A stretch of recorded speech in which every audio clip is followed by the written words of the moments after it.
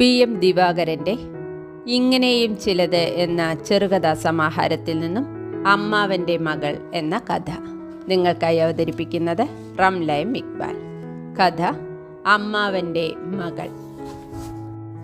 നഗരത്തിലെ തിരക്കേറിയ കൈവഴികളിൽ ഒന്നിലേക്ക് തിരിഞ്ഞ് വീടിനടുത്തെത്തവേ സുകുമാരൻ പെട്ടെന്ന് നിന്നു. വീട് പൂട്ടിക്കിടക്കുകയായിരുന്നു. ഗേറ്റിൽ വെറുതെ ഒന്ന് ഉന്തി നോക്കവേ പൂട്ട് ആടിയുലഞ്ഞ് ശബ്ദമുണ്ടാക്കി. അത് തന്നെ തന്നെയാണ് നോക്കുന്നതെന്ന് അയാൾക്ക് തോന്നി. ശാസനയോടെ ആജ്ഞാപിക്കുന്നത് പോലെ അകന്നു നിൽക്ക്. അമ്മാവിനും അമ്മായിയും എങ്ങോട്ട് പോയതാവും? വീടിനെ ശ്രദ്ധിച്ചു നിൽക്കുമ്പോൾ ആലോചിച്ചത് അതായിരുന്നു. വരേണ്ടായിരുന്നു. മനസ്സിൽ അപ്പോൾ തോന്നിയ വികാരം അതായി. എന്നിട്ടും അയാൾ ആ വീടിൻ്റെ ശൂന്യതയിലേക്ക് തന്നെ നോക്കി നിന്നു. വർഷം ഒന്ന് കഴിഞ്ഞല്ലോ താൻ ഇവിടേക്ക് വന്നിട്ടെന്നയാൾ അപ്പോൾ വിചാരിക്കുകയും ചെയ്തു. വരേണ്ടെന്ന് പലവട്ടം ഓർത്തതാണ്. വരണമെന്ന മോഹം തോന്നുമ്പോഴേക്കും വേണ്ടെന്ന് തിരുത്താൻ കഴിഞ്ഞിരുന്നു. തോന്നലിനെ തിരുത്തുമ്പോൾ മനസ്സിൻ്റെ പിരിമുറുക്കത്തിന് അയവ് വരുന്നത് അയാളെ ആശ്വസിപ്പിക്കുകയും ചെയ്യും. വീടിന് മാറ്റങ്ങൾ വന്നിട്ടുണ്ട്. ഇളം പച്ച നിറമുണ്ടായിരുന്ന ഷെയ്ഡുകൾക്കിപ്പോൾ കടും ചുവപ്പാണ്.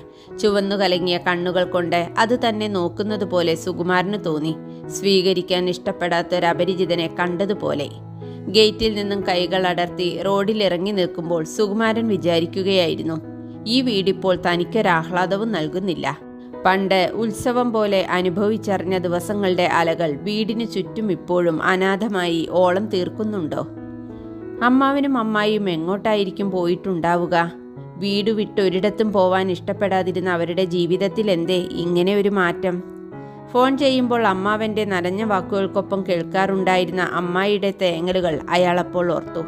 എന്നിട്ടും ഒരിക്കലും അവർ അങ്ങോട്ട് വരാൻ ആവശ്യപ്പെട്ടില്ല. വരാത്തതിൻ്റെ കാരണം സുകുമാരനോട് വിവരിക്കാൻ ഒരുമ്പെട്ടതുമില്ല. ഇന്ന് ഈ വീട്ടിലേക്ക് മാത്രമായി വരുമ്പോൾ വഴിനീളെ മനസ്സിൽ നേറിക്കൊണ്ടിരുന്നത് വീടിൻ്റെ ഇരുളിൽ ഒതുങ്ങിക്കൂടിയ അവരുടെ സങ്കടങ്ങളായിരുന്നു. പക്ഷേ ഇപ്പോൾ അടഞ്ഞുകിടക്കുന്ന ഈ വീട് സുകുമാരനെ അമ്പരിപ്പിക്കുന്നു. പുറത്ത് നഗരം ഇരമ്പിക്കൊണ്ടേയിരുന്നു. വീട് നിന്ന കൈവഴിയിലേക്ക് കോലാഹലങ്ങൾ ഒളിച്ചു കടന്നു. തീ പിടിച്ച തിരക്കുകളിൽ കുടുങ്ങിപ്പോയവരുടെ കിതപ്പുകളായി. അയൽ വീടിൻ്റെ ജനലുകളിലൊന്ന് നേരിയൊരു ശബ്ദത്തോടെ തുറക്കുന്നത് സുകുമാരൻ കണ്ടു.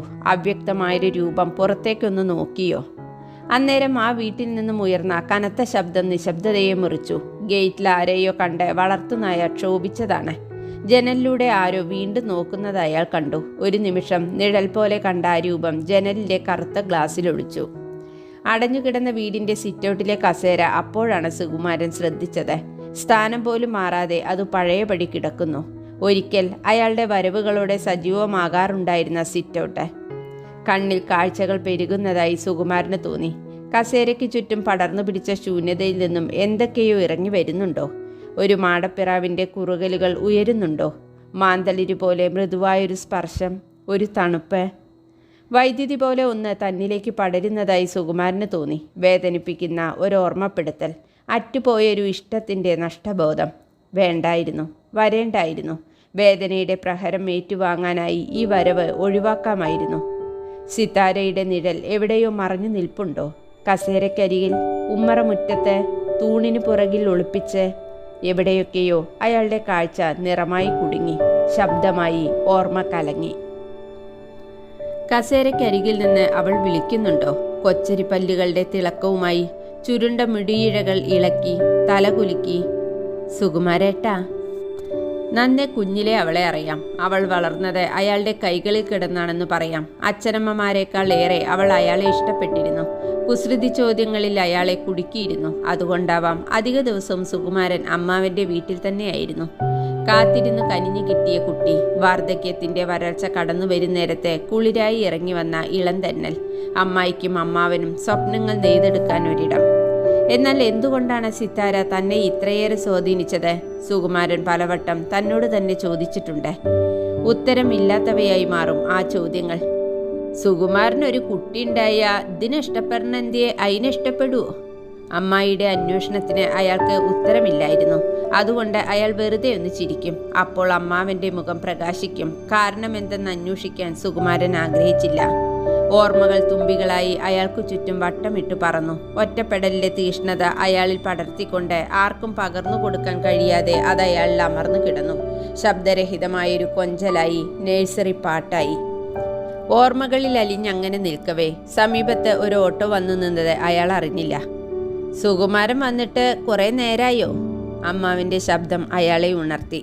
ഓർമ്മകൾക്ക് തിരശീല വീണു. വർത്തമാനാവസ്ഥ അയാൾക്ക് മുന്നിൽ തെളിഞ്ഞു. മീറ്റർ നോക്കി കാശു കൊടുക്കുന്ന അമ്മാവിൻ്റെ ശബ്ദം അപ്പോൾ വീണ്ടും അയാൾ കേട്ടു. വീട് പൂട്ടിക്കണ്ടപ്പോൾ അന്തം വിട്ടിട്ടുണ്ടാവും ലേ? തുടർന്ന് അമ്മാവനൊന്ന് ചിരിച്ചു. ഓട്ടോയിൽ നിന്നും പുറത്തിറങ്ങുന്ന അമ്മായിയെ ശ്രദ്ധിക്കുകയായിരുന്നു സുകുമാരൻ. അപ്പോൾ പെട്ടെന്നാണ് അത് അയാളുടെ കണ്ണുകളിൽ തടഞ്ഞത്. അമ്മായിയുടെ ചുമലിലൊരു പിഞ്ചു കുഞ്ഞ്, വിരൽ ഈമ്പിക്കൊണ്ടിരിക്കുന്ന ഒരു കൊച്ചു പെൺകുട്ടി. ആരാണിവൾ? ഗേറ്റ് തുറന്ന് അകത്ത് കടന്ന അമ്മാവനൊപ്പം നീങ്ങവേ അമ്മായിയെ തന്നെ ശ്രദ്ധിക്കുകയായിരുന്നു സുകുമാരൻ.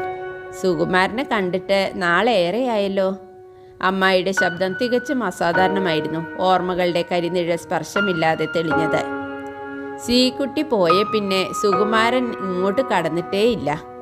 വാക്കുകളിലെ അസാധാരണത്വം അയാൾ ശ്രദ്ധിച്ചു. അതോ വിഷമം അകത്തടക്കാൻ അമ്മായി ഇതിനകം പഠിച്ചു കാണുമോ? മനുഷ്യരെ പരസ്പരം ബന്ധിപ്പിക്കുന്ന കണ്ണികളെക്കുറിച്ചായിരുന്നു സുകുമാരൻ അപ്പോൾ ഓർത്തത്. സിത്താര ഇല്ലാതായതോടെ ആ വീട്ടിലേക്കുള്ള അയാളുടെ വരവ് നിലച്ചിരുന്നുവല്ലോ. അവളെക്കുറിച്ചുള്ള ഓർമ്മകൾ അവിടെ ഒളിച്ചു കിടപ്പുണ്ടാകുമെന്ന് അയാൾ ഭയന്നിരുന്നു. അന്തരീക്ഷത്തിൽ സിത്താരയുടെ ഗന്ധം മൂടി നിൽക്കുന്നത് അവിടെ വരുന്നേരം അയാൾക്ക് അറിയേണ്ടി വരും. തൂണുകളിൽ ഒളിപ്പിച്ചിരിക്കുന്ന അവളുടെ നിഴൽ അയാളെ കണ്ടിറങ്ങി വന്നാലോ? താങ്ങാവുന്നതിലപ്പുറമായിരുന്നു സുകുമാരനത്. ഇന്ന് ഈ വരവിൻ്റെ കാരണം അറിയില്ല. ഈ വീട്ടുമുറ്റത്തൊന്നുലാത്താൻ. അതുകൊണ്ടാണ് പൊടുന്നനവേ സുകുമാരൻ ഇവിടേക്ക് യാത്ര തിരിച്ചത്. സിറ്റൗട്ടിലെ കസേരയിൽ ഇരിക്കവേ ഇരുട്ട് നിറഞ്ഞൊരു ദ്വീപിൽ താൻ ഒറ്റപ്പെട്ടതുപോലെ സുകുമാരൻ അനുഭവപ്പെട്ടു. അന്നേരമാണ് അമ്മാവൻ പറഞ്ഞത്. ആരോടും പറഞ്ഞില്ല, ആലോചിച്ചതുമില്ല. ഇനി ഒന്നും ഉണ്ടാവില്ലെന്ന് നിനക്കറിയാമല്ലോ. സിത്താരക്കുട്ടി ഇല്ലാതായതോടെ ആകെ മടുത്തു.